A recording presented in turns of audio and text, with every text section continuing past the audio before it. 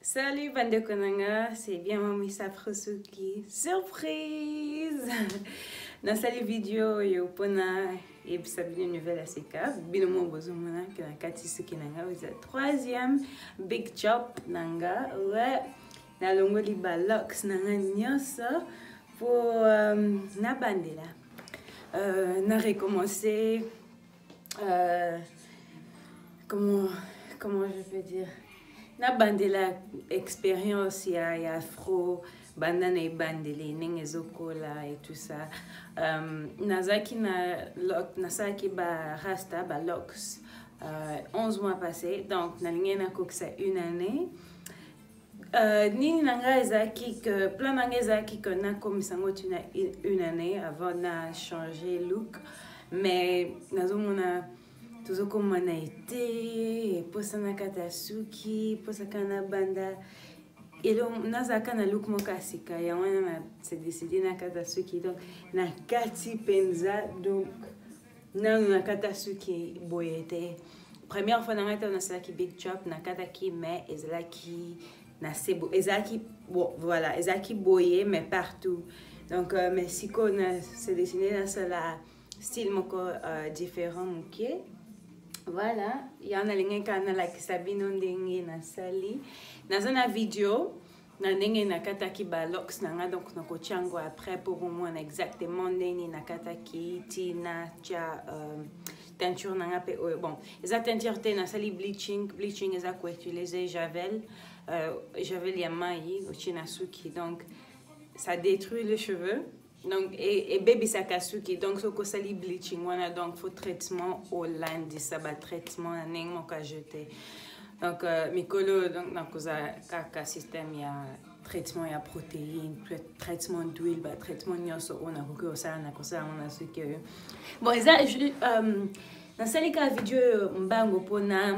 Parce que naïbi que bateau bazola na Instagram, na Snapchat, baïbi déjà que na kata isuki parce que na chaki yango déjà kuna, mais linga kina zela mukie na bongisa ngo mukie na sango moi style avant na publier vidéo pour na like ça bino bandeko bozola na Facebook awa bon botiki na ba commentaire na boyeb sanga ce que simbinga moi j'aime na linga ka ce que mikuse en tout cas na linga ngo na linga luko yo makasi, donc yangwana ouais voilà botiki ba commentaire ça va commenter à ceux qui vont monde nini.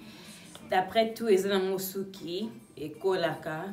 Donc, naïvi qui n'a pas collé ça après quelques mois. Donc, ça a un souci mon qui était. Donc, bon, si quelqu'un a commentaire sur Bokane Sinini, juste ma opinion na bino kaka bo partager ngo, vous partager pe vidéo oyo. Merci. Alors, voilà naneni na kadaki balox nanga. Voilà. Salut, botinal bino. Non, sa vidéo pour na yip sabino que na olonga la balox nanga. Na sali nango déjà 11 mois karaté et coco qui ça une année. Na lembi yango. Bino mwe binga très bien mais ça n'a que changer bastille. Donc na monique une année presque une année ça déjà. Donc naza prête ya kolongolango na ebina mteso naza posana de faire ango, donc na fongolango ou bien na katasuki nanga, donc bino mo bon yeba na filmer hein pour na like sabino ba étape ne na sala. It's OVA the creator.